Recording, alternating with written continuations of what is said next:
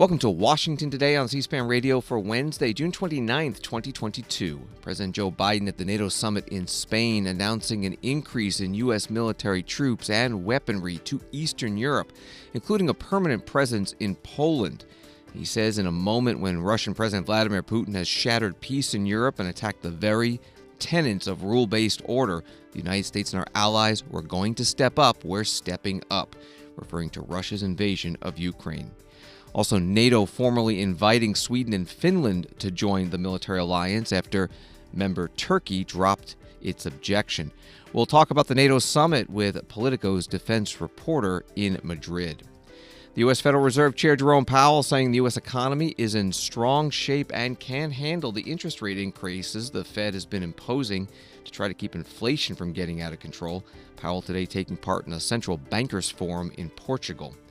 U.S. voters going to the polls for the first time since the Supreme Court overturned Roe v. Wade, giving states and the voters choosing elected leaders the power to determine whether abortion will be legal or illegal in that state. We'll talk about it with a CQ roll call elections analyst about whether Republican or Democratic candidates for office are most likely to benefit. From USA Today, Dateline Madrid, President Joe Biden pledged Wednesday to boost the U.S. military presence in Eastern Europe, including establishing a permanent presence in Poland, as he gathered Wednesday with other NATO leaders at a summit intended to show resolve against Russian President Vladimir Putin's war in Ukraine. NATO Secretary General Jens Stoltenberg announced this week the organization would put 300,000 troops on high alert in response to Russia's invasion. More than 40,000 are currently under NATO command. President Biden meeting one-on-one with the NATO Secretary General today, the two also talking about Finland and Sweden joining the military alliance.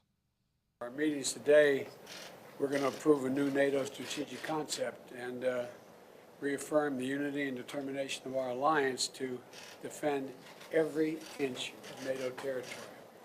And Article 5 is sacrosanct, and we mean it when we say an attack against one is an attack against all, every inch. And so at this summit, the full alliance is going to welcome Finland and Sweden, their historic application for membership, and their decision to move away from neutrality and the tradition of neutrality to join NATO alliance is going to make us stronger and more secure, and NATO stronger.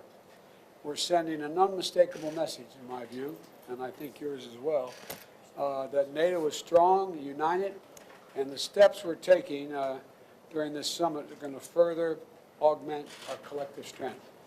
To that end, today I'm announcing the United States will enhance our force posture in Europe and respond to the changed security environment, as well as strengthening our collective security. Earlier this year, we surged 20,000 additional U.S. forces to Europe to bolster our alliance in response to Russia's aggressive move, bringing our force total in Europe to 100,000. We're going to continue to adjust our posture based on the threat in close consultation with our allies. Here in Spain, we're going to work with our ally to increase U.S. Navy destroyers stationed in Spain's Rota naval base from 4 to 6 destroyers. In Poland, we're going to establish a permanent headquarters for the U.S. 5th Army Corps and strengthening our U.S.-NATO interoperability across the entire eastern flank. We're going to maintain additional rotational brigade, which is 3,000 fighters and another 2,000 personnel, combat team here in Europe, headquartered in Romania. And we're going to enhance our rotational deployments in the Baltic states. And we're going to send 2 additional F-35 squadrons to the UK and station additional air defense and other capabilities in Germany and in Italy. And together, our allies, we're going to make sure that NATO is ready to meet threats from all directions across every domain, land, air, and the sea. In a moment when Putin has shattered peace in Europe and attacked the very, very tenets of rule-based order, the United States and our allies, we're going to step up. We're stepping up. We're proving that NATO is more needed now than it ever has been, and it's as important as it ever has been. So I want to thank you, Jens, for leading the alliance through this crisis, and for your work to strengthen NATO for all the challenges lie ahead. And I genuinely look forward to our discussion today. And again, thank you for your leadership. It's important. Thank you so much, President Biden. Dear Joe, it's really great to see you here in Madrid so soon after we met in the White House in Washington. And thank you for your personal leadership and the U.S. commitment to NATO, to European security, demonstrated by the announcements you just made to further increase U.S. presence in Europe. And this really demonstrates your decisive leadership in strengthening the transatlantic bond. And we also see that in the unwavering support from you and from the United States to Ukraine. That will be a main issue at the summit today. We'll meet with President Zelensky. He will address the summit. And as you said, this will be an historic summit. It will be a transformative summit where we'll make decisions that will actually change this alliance for many years to come. We will agree a new strategic concept, the blueprint for NATO into the future, more dangerous world, a more competitive world. We will agree the biggest overhaul of our collective defense deterrence since the end of the Cold War, and US is of course very much part of that. And then we will invite Finland and Sweden to join NATO. And that demonstrates that NATO's door is open. It demonstrates that President Putin has not succeeded in closing NATO's door. He's getting the opposite of what he wants. He wants less NATO. President Putin is getting more NATO by Finland and Sweden joining our alliance. We will agree a comprehensive assistance package for Ukraine. And then I also welcome the fact that we are able now to state that actually European allies and Canada are stepping up with more troops, higher readiness, and also increased defense spending. New figures shows that they have added 350 billion extra US dollars for defense since we made the pledge back in 2014. So all in all, this demonstrates unity and the strength of our alliance. So thank you. You know, I was asked about this one, about Finland and Sweden when each of their leaders came to the White House. And I said, Putin was looking for the Finlandization of Europe. You're going to get the NATOization of Europe. And that's exactly what he didn't want, but exactly what needs to be done to guarantee security for Europe. And I think it's necessary, and I'm looking forward to it happening formally. Thank you so much again. Thank you. President Joe Biden and the NATO Secretary General Jens Stoltenberg at the start of their one-on-one meeting at the NATO Leaders Summit in Madrid, Spain. Reuters has a story. The Biden administration threw its support on Wednesday behind the potential sale of U.S. F-16 fighter jets to Turkey, a day after Ankara lifted a veto of NATO membership for Finland and Sweden. Celeste Wallander, Assistant Secretary for Defense for International Security Affairs at the Pentagon, told reporters on a call that strong Turkish defense capabilities would reinforce NATO's defenses. The article goes on, Turkey made a request in October to the United States to buy 40 Lockheed Martin-made F-16 fighters and nearly 80 modernization kits for its existing warplanes. Washington had not previously openly expressed any opinion on the sale, aside from saying all weapon sales would have to go through the necessary legal process. That from Reuters. President Biden also had a meeting today with the president of Turkey, Recep Tayyip Erdogan. Thank you for making the effort to come over. I want to particularly thank you for what you did putting together the situation with regard to Finland and Sweden and all the incredible work you're doing to try to get grain out of Ukraine and Russia. I mean, you're doing a great job. I just want to thank you. And I'd like to talk to you about those things when we have a chance. So, the floor is yours.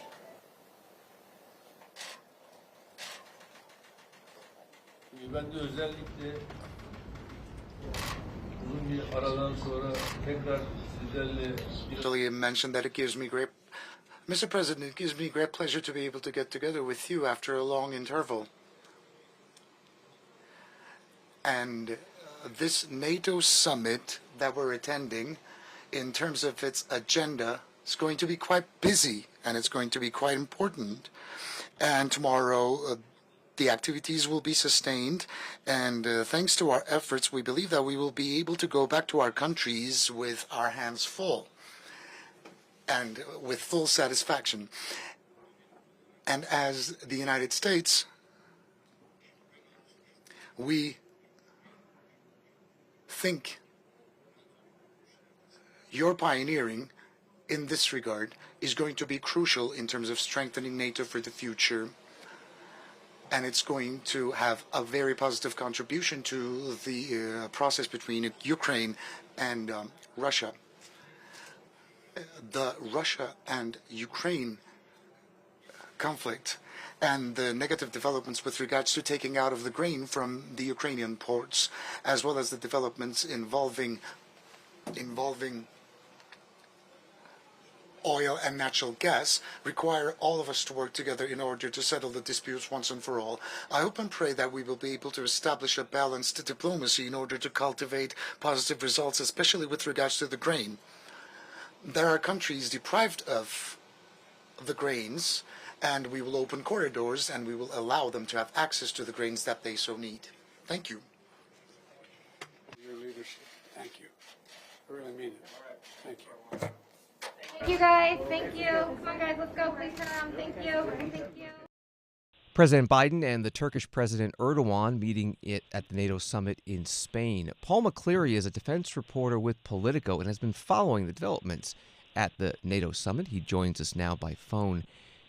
Turkey agreeing to allow Finland and Sweden to join NATO, and now we hear the sale of U.S. F-16 fighter jets to Turkey being reviewed by the administration. Are these two linked? White House officials have said that they're not necessarily linked, but it is quite a coincidence that hours after Turkey agrees to sign off on a document allowing Sweden and Finland to eventually enter NATO, that DOD and White House officials have brought up this deal. This is something that the White House has for a while been open to. The State Department sent a letter to Capitol Hill earlier this year saying that they're open to selling these F-16 modernization kits. Turkey already has many of these jets, and there's kits that would modernize the plane, and they also want some of these the F-16V, some very new F-16s. So it's a way for Biden administration to bring Turkey maybe back into the fold a little bit after removing them from the F-35 program President Trump did in 2019, and after Turkey started buying Russian weapons. So while they might not be explicitly linked, one would think that there's definitely some causality there. With Finland and Sweden now well on the path towards joining NATO, how does that change or bolster the alliance? It's one of the most significant events in decades for the alliance. I mean, Finland and Sweden have always been generally non-aligned, but they've been buying American and Western military equipment for years. Sweden in particular has a robust defense industry that sells fighter planes and missile defense systems and anti-air systems across Europe and even to the United States. And it'll add to the Baltic area, the Baltic area in NATO. So you have Latvia, Lithuania, and Estonia up in the Baltic, very small countries, very small defense budgets. They're very worried about Russia. They have been for a long time. They're on one side of the Baltic, Finland and Sweden on the other. So this would almost make the Baltic Sea a NATO lake. It is, with two modern militaries, with robust economies, already have high levels of defense spending. It is a massive add for the alliance. Earlier, we heard the announcement from President Biden about sending more U.S. troops and equipment. What is the message being sent to Russian President Putin? I mean, it's clear that the United States isn't going away, isn't backing down, and nor is the NATO alliance. Most of what the United States is doing, setting up a core army headquarters in Poland that will allow the quick movement of troops and logistics kind of throughout Eastern Europe. There's going to be another rotational brigade that goes to Romania. It's something that the Romanians have been asking for years. And that brigade, based in Romania, will be able to move around also move around Eastern Europe. The 2 more ships to Rota, Spain, these Arleigh-Burke-class destroyers there. They can shoot Tomahawk missiles. They can do air defense. There's already 4 American ships there in Rota, so this would make 6. And my understanding is that this won't happen. This will probably be the last of everything that's going to happen, because it takes a lot to take a destroyer with 300 sailors on it and home port it somewhere else. The logistics of it, and just upping, the sailors' lives and deploying them to another country. So, but that will be a huge, huge boost in the Mediterranean. And it could even reach into Eastern Europe with their missile defense and land attack capabilities. We're talking with Paul McLeary, defense reporter with Politico. With Russia's invasion of Ukraine, the NATO meetings have a sense of everyone on the same page. But what challenges, what disagreements have there been any as the leaders are meeting? None made very explicitly or publicly, but the war in Ukraine does really hang over the whole proceedings, which, with Sweden and Finland joining, otherwise this is a celebration. But with the war grinding on in Ukraine and really no end in sight, right? The Ukrainian government is really pushing NATO countries to send more weapons and send it very quickly. Whereas the folks from NATO I've been speaking to here in Madrid over the past 2 days, they seem to be taking more of a long-term approach, saying we need to train the Ukrainians, we need to prepare them, for fighting into 2023 and maybe beyond. So there may be a little bit of a disconnect between what the Ukrainians are looking for and think they can do and what NATO is both capable and willing to do. But that's not really a NATO, that's not really splintering the alliance in any way.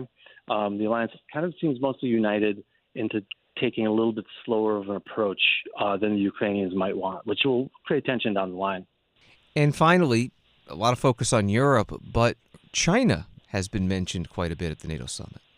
It has, yeah. NATO released its strategic concept document, the first in over a decade, which doesn't necessarily realign the alliance, but it provides a new strategic outline for what countries should expect, what countries should think about buying, what countries should think about developing, and politically. And this one mentions China for the first time. They keep Russia right up top as a major threat to Europe and to the alliance. And China is more of an economic issue and a technology sharing issue, obviously with semiconductors and microchips and things like that. So NATO is dipping its toes here into the Indo-Pacific. And for the first time this year, countries like New Zealand, Australia, Japan, and South Korea were invited to the conference, and their heads of state are here in Madrid meeting with NATO leaders and NATO defense ministers, which is, if nothing else, hugely symbolic of the how NATO and Europe sees themselves connected to the Asia-Pacific region and how they want to work together with them to blunt China's influence. Paul McLeary, defense reporter with Politico, following the NATO summit in Spain. Thank you very much. Thank you. And President Biden having a meeting today on the sidelines of the NATO summit in Madrid with the South Korean president and Japanese prime minister. Voice of America reporting on it, saying the three expressed new worries about the North Korean nuclear threat. In brief comments ahead of their trilateral meeting, President Biden said, "We remain deeply concerned that North Korea has continued escalatory ballistic missiles and tests and has the potential to conduct a nuclear test." Biden said the U.S., South Korea, and Japan have a shared objective, including complete denuclearization of the Korean Peninsula and a free and open Indo-Pacific. Some reporting from Voice of America. Members of President Biden's National Security Cabinet also joining him on the trip, including Defense Secretary Lloyd Austin and Secretary of State Antony Blinken. Blinken taking part in a conversation about NATO with the Spanish Foreign Minister, Jose Manuel Alvarez. It was moderated by NPR reporter Michelle Martin. Topics included Russia's war in Ukraine, but also other issues facing NATO countries, including immigration. Here's a bit of it where Michelle Martin asks about recent tragic incidents involving migrants on both sides of the Atlantic Ocean. There were two significant recent disasters affecting both of your countries, both related to irregular immigration, just in the last couple of weeks. In Melilla, at least 37 people died attempting to cross in the United States. At least 50 people died who are being smuggled into the country. Given that both of your countries, our countries, are they're national borders, but they're also NATO borders. I mean, is it time for NATO to turn its attention to mass migration in some meaningful way and to put some urgency behind that? Yeah, well, the two specific events that you pointed out is a human tragedy, and it's appalling to all of us. And what that points out is the complexity of the phenomenon of irregular migration and how both the origin and transit countries and the countries that we are receiving illegal migrants, we must cooperate as strongly as possible to try to channel and to deal with this challenge in the best way. And at the same time, we are talking about borders in which inequality is probably at its most. The Melilla border is a border between European Union and Africa, probably the most unequal and unbalanced border wherever reference you take, GDP, youth, whatever. And it's very complicated to try to channel those irregular flows. So we have to go also to the root causes, which is underdevelopment. That's why we have also to cooperate with all those countries.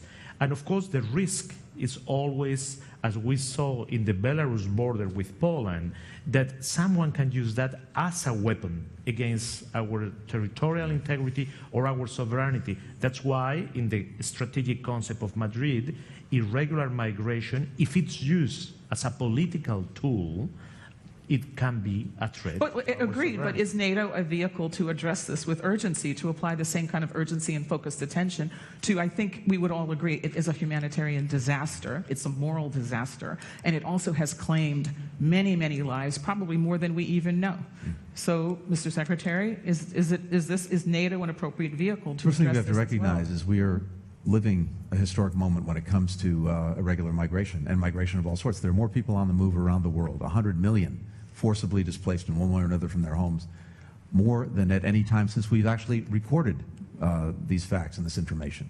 And it is happening across the world, in our own hemisphere, on our own border. One of the interesting things, Michelle, is that the United States and Spain, I'll leave aside NATO for the minute, are working closely together, including in the Western Hemisphere, to try to deal with the irregular migration that we're seeing there. We just came back together before coming to NATO. We were at the Summit of the Americas in Los Angeles.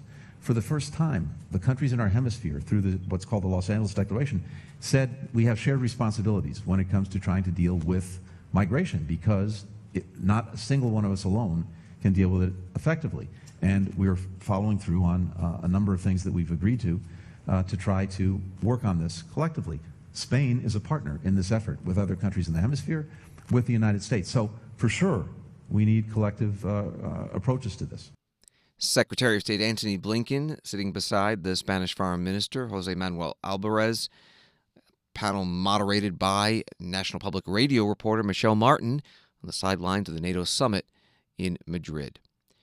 President Biden has one more day at the NATO summit with a scheduled press conference on Thursday before flying back to Washington, D.C.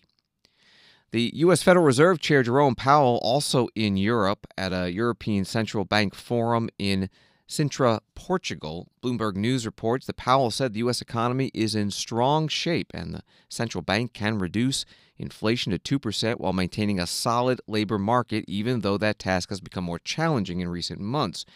The article goes on. He also vowed to ensure rapid price increases don't become entrenched, saying that we will not allow a transition from low inflation environment to a high inflation environment. Here's Chair Powell. So the U.S. economy is actually in pretty strong shape. So if you look back a year, the U.S. economy grew more than 5.5%. It was really the big reopening year. And so we had expected this year to be that growth would moderate to a more sustainable path. We also, of course, are raising interest rates, and the aim of that is to slow growth down so that supply will have a chance to catch up. We hope that growth can still remain positive. But if you look at the strength of the economy, households are in very strong financial shape. They've still got a lot of excess savings from forced saving from not being able to travel and things like that, and also from fiscal transfers. So households are overall, not every household, and not the ones at the lower end of the income spectrum, but overall in strong shape. The same thing is true of businesses. Very, very low rates of default and things like that. Lots of cash on the balance sheet. The labor market is tremendously strong. Still averaging very, very high job growth per month. So overall, the U.S. economy is well positioned to withstand tighter monetary policy, we think. But is it automatically a trade-off between fighting inflation or taking care of the economy, and how far are you willing to go with interest rate hikes? So I guess I'd say it this way. Our aim is to have growth moderate. It's sort of a necessary adjustment that needs to happen so that, again, supply can catch up. It could be supply of workers. It could be time for the supply chains to improve. So the sense of that is that if we can get right now, supply and demand are really out of balance in many parts of the U.S. economy, the labor market being a big example of that. We need to get them better in balance so that inflation can come down. And that's the aim of what we're doing. Now, we don't have precision tools. Obviously, monetary policy, famously a blunt tool. That is our aim. That is our intention. We think that there are pathways for us to achieve that, to achieve the path back to 2% inflation while still sustaining a strong labor market. We believe we can do that. That is our aim. There's no guarantee that we can do that. It's obviously something that's going to be quite challenging, and I would also say that the events of the last few months have made it significantly more challenging. Thinking there particularly of the war in Ukraine, which has added tremendously to inflationary pressures around food and energy commodities and agricultural chemicals and industrial chemicals and things like that. So it's gotten harder. The pathways have gotten narrower. Nonetheless, that is our aim, and we believe that there are pathways to achieve that. Federal Reserve Chair Jerome Powell at a forum hosted by Bloomberg and the European Central Bank. This was in Portugal. Panel also included the bank president, Christine Lagarde. She says the era of low inflation worldwide is behind us. I don't think that we're going to go back to that environment of low inflation. And I think that there are forces that have been unleashed as a result of the pandemic, as a result of this massive geopolitical shock that we're facing now, that are going to change the picture and the landscape within which we operate. If I look at our euro area, for instance, we have record low unemployment. We have inflation expectations, however unprecise and with the pinch of salt that was discussed at the last panel, which was excellent, we have inflation expectations that are much, much higher than they were. That's for the internal matters. But if you look at the rest of the world, a lot of the movements that we've experienced in the last 20 years was predicated on globalization, on the breaking down of supply chains, on the reduction of cost, on the just on time. That has changed and will probably change continuously towards a system that we are not certain about at this point in time, which is much debated. Some would argue that globalization will continue in a different format. Some would argue that the place where you manufacture, the place from which you provide services is going to be determined by different factors than just cost. It will be about cost as usual, but it's also going to be about where do I locate my services, where do I employ people, where do I reduce my costs, and are those areas, geographical as well as political, actually foes or friends? And do I have some predictability about the future of my production or the providing of my services? And the third factor that is going to change the scene, from my vantage point, is the way in which we produce. And I think that the shift that we're observing in Europe, certainly, towards green transition is also going to change dramatically the way in which we operate. And all those forces are going to produce inflation, deflationary impact that are still to be measured, but in the short run, I have some ideas as to where it's heading. Christine Lagarde is president of the European Central Bank, a former managing director of the International Monetary Fund, on a panel in Sintra, Portugal, with other central bankers, including U.S. Federal Reserve Chair Jerome Powell and Andrew Bailey, governor of the Bank of England. On Wall Street today, the Dow Jones Industrial Average up 82 points, NASDAQ down 3, S&P 500 down 2. Washington today continues in a moment. American History TV, Saturdays on C-SPAN 2, exploring the people and events that tell the American story. At 2 p.m. Eastern on The Presidency, In honor of Nancy Reagan's birthday, we look back at the First Lady's legacy, her years in the White House through photography, staff remembrances, and a new postage stamp honoring Mrs. Reagan, which was unveiled by First Lady Jill Biden. And at 4 p.m. Eastern, we'll feature author Bruce Ragsdale, winner of this year's George Washington Book Prize. Mr. Ragsdale won during a ceremony at Mount Vernon for his book, Washington at the Plow, The Founding Farmer and the Question of Slavery. Exploring the American Story. Watch American History TV, Saturday on C-SPAN 2, and find a full schedule on your program guide, or watch online anytime at cspan.org/history.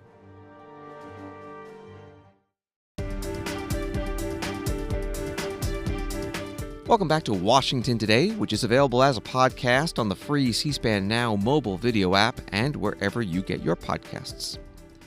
Some early election contests in the United States testing the impact of the Supreme Court's decision to overturn Roe v. Wade and no longer make abortion a constitutional right, leaving the choice of illegal or legal up to the states. This from Associated Press. The abortion debate consumed the nation this week, but there was no race where it mattered more than Colorado's Republican primary for the U.S. Senate, where businessman Joe O'Dea became one of the only abortion rights-supporting Republicans in the nation to win a statewide primary this year. He said he backs a ban on late-term abortions and government funding of abortions, but the decision to terminate a pregnancy in the initial months is between a person and their God. O'Dea beat back a stiff challenge from State Representative Ron Hanks, a Trump loyalist, who opposed abortion with no exceptions for rape, incest, or the life of the mother. That from Associated Press. Here's a minute of Joe O'Dea giving a victory speech Tuesday night. Colorado wants its leaders to be independent. Michael Bennet is not independent. I am. That's why tonight, when they counted the votes, independents showed up. They voted for me in this primary, and we're going to work hard to keep them in our coalition this fall. Our coalition is what made this victory possible. It's Trump Republicans, GOP Republicans, log cabin Republicans, pro-life, pro-choice Republicans, independents, parents, the police, seniors, veterans, unions, farmers, rural, urban, and suburban voters, and yes, even disenfranchised Democrats that have come onto our team. Our campaign is a big tent, and there's room for plenty more. It's a coalition of people who don't agree on every issue, every time. But we are united in a deep and abiding love of our country and a profound belief that America is so much better than what we have become. These are the voices I will fight for in the U.S. Senate. Senate Republican nominee Joe O'Dea in Colorado Tuesday night after his primary victory. He mentioned Senator Michael Bennet, that's the incumbent Democratic senator that he'll be facing in the general election in November. Associated Press article adding that if Joe O'Dea wins, he would become just the third Senate Republican and the only male to support abortion rights. The chair of the Republican National Committee, Ronna McDaniel, asked today on Fox News Channel about voters' views on abortion following the Supreme Court's decision to overturn Roe v. Wade. The other big story is what happened with Roe v. Wade. Have you seen any early polling that shows how that might challenge you more than before Roe v. Wade was overturned? We'll be looking at recent polling, but I'll say this, Brian, it was leaked in April, remember? So this is a little baked in, and we have seen no movement in the polling once this was leaked. So I think a lot of voters had seen this. They expected Roe v. Wade to be overturned, and it did not change the numbers at all. All right, so let's take a look at something else that was pretty fascinating that emerged. I believe it was AP that revealed that more than 1 million voters went out of their way, because most people don't, even if they're going to vote a different way, to switch parties from Democrat to Republican, and most of those in the suburbs where President Trump was shedding voters last time around. What does your micro polling show you the reason is why?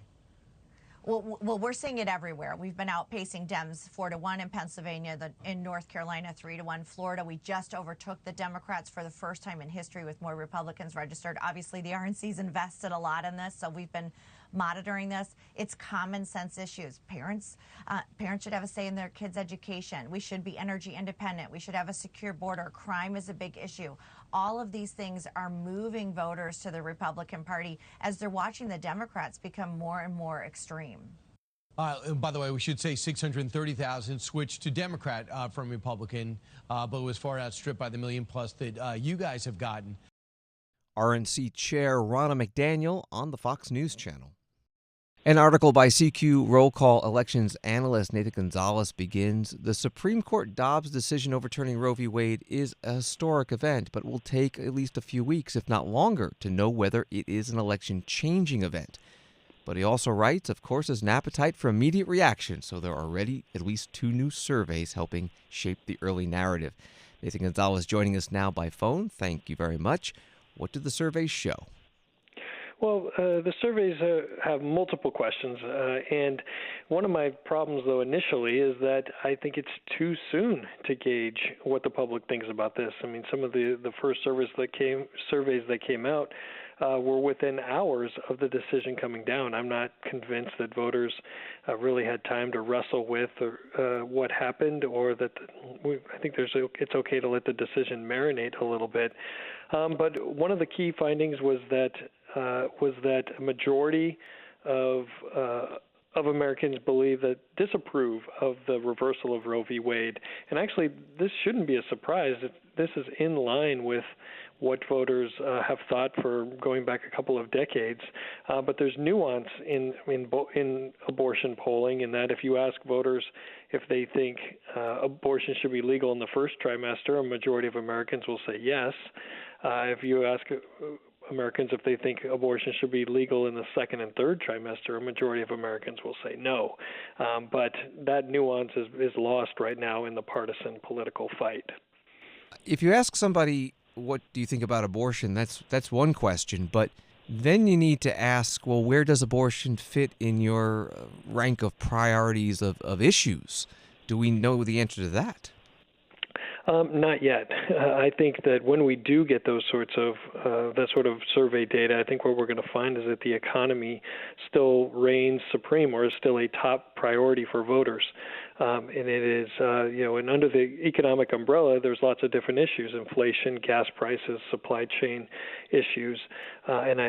Because I think that those economic issues are issues that more voters are wrestling with on a more regular basis. Now, that's not to undermine the seriousness of the Supreme Court decision.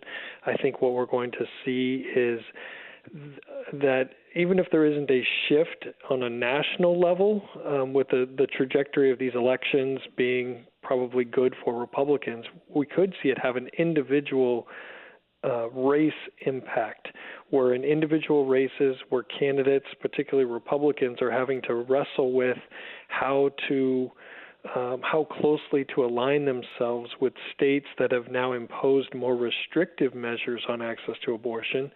How do they wrestle with those laws when they are running in districts and states that are more moderate or more politically balanced? We just had a series of campaign primaries last night, first since the Supreme Court ruling. Did you see any impact of the abortion issue and the ruling in any of the races you've been following? It's hard to pull out in general, it's hard to pull out, I think, one specific factor in any campaign or any race, because they are kind of complex organisms with lots of different moving parts and moving pieces, moving cells. There has been some attention on a kind of an obscure special election in Nebraska, where the Democratic candidate overperformed. Republicans still held on to the seat. This is the seat that was left vacant by Congressman Jeff Fortenberry. But I'm just reluctant to draw too many conclusions, in part because, again, the decision just happened, and I'm not sure it's when we just don't have the data to support that particular narrative. We're talking with Nathan Gonzales from CQ Roll Call. Another line from your article at rollcall.com. In order for abortion to make an impact on the midterm elections, it probably needs to boost President Joe Biden's political standing. I'm skeptical the Dobbs decision will do it. Why is that? Well, when you look at President Biden's job rating, it has been fairly static for months. Static meaning hasn't dramatically improved or gotten worse, and that has been in the face of some other significant events, whether it's adding a black woman to the Supreme Court, the invasion of Ukraine. This abortion issue is more domestic and is not happening overseas. But I feel like most Americans have already made up their mind about whether they're going to support or oppose the president, support or oppose Democratic candidates, and it is hard to move people off of their previous partisan intent. And so I think that what is more likely to potentially help Biden would be something some economic good news on the economy front, whatever that might be. And the Dobbs decision is lingering out there as a potential boost for Democrats, but we don't have. But it's not immediately apparent that that's going to happen. Well, as we wait to see whether it has any impact, what is the latest predictions for the midterm elections, the control of Congress from your organization? I think Republicans are most likely to win back both the House and the Senate. The House is easier, there's an easier path because Republicans only need to gain 4 seats out of 435 in order to get back to the House majority. The Republicans only need a net gain of 1 seat in the Senate, but these of the most competitive races, the races are close, and in some places that Republicans should end up winning, they have some work to do. Their candidate needs to repair maybe some ill will from primaries or consolidate Republican votes, and there's still hard work to do. But I think the most likely outcome is still Republicans winning back Congress in November. Nathan Gonzales, elections analyst with CQ Roll Call. Again, find his story at rollcall.com. Thank you very much. Thank you. U.S. Supreme Court issuing a few more rulings today, both 5-4. One lets a U.S. Army reservist who was injured during the Iraq War pursue a lawsuit against Texas for alleged job discrimination. The court rejected Texas's claim of sovereign immunity, in other words, saying they cannot be sued. Another case allows Oklahoma to prosecute non-Native Americans for crimes convicted on tribal land when the victim is Native American. Thursday will be the final decision day for the Supreme Court, and Justice Stephen Breyer announcing today that he'll be formally resigning Thursday at noon Eastern, and the Supreme Court saying there's going to be a ceremony to swear in his replacement as the new justice, Judge Ketanji Brown Jackson, recently confirmed by the U.S. Senate.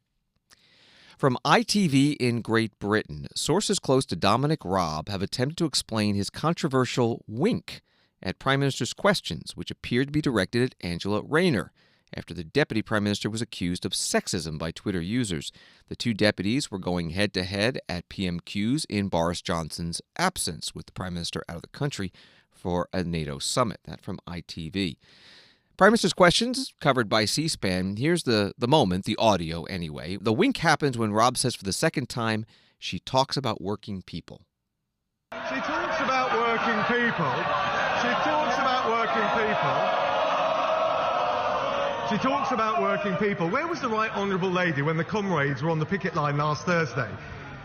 Where was she when the Labour front bench were joining them rather than standing up for the public? She was at the Glyndebourne Music Festival, sipping champagne, listening to opera. Champagne socialism is back in the Labour Party. Well, Mr. Speaker, that says a lot about the party opposite. I'll tell them a few things about militancy. It's this government that are acting in a militant way. And while they should have been at the negotiating table, they were at the banqueting table getting hundreds of thousands squeezed out of their donors instead of dealing with the crisis. That's the British Deputy Labour leader Angela Rayner with the Deputy Prime Minister Dominic Raab of the Conservative Party during Prime Minister's questions in the House of Commons in London. and they were discussing a train workers' strike. Again, Rob winking at the beginning of that clip, and you can see the video of it at cspan.org. More from the ITV news story. Social media was awash with accusations of misogyny after Twitter users posted footage of the wink, but Rob's team says Rob was actually winking at Shadow Scottish Secretary Ian Murray. A source claimed that off-camera, Mr. Murray made a comment inaudible to those watching at home in which he muttered it would be no bad thing if Angela Rayner stood for leader of the Labour Party. But Labour Member of Parliament Toby Perkins tweeting, "I will never unsee Dominic Raab's wink from the dispatch box to Angela Rayner. I feel soiled." And then Angela Rayner retweeting, "Imagine how I feel." Thanks for listening to Washington Today. You can get more of Washington's top stories sent to you every day by subscribing to C-SPAN's evening newsletter word for word. Sign up at c-span.org/connect. Have a good night.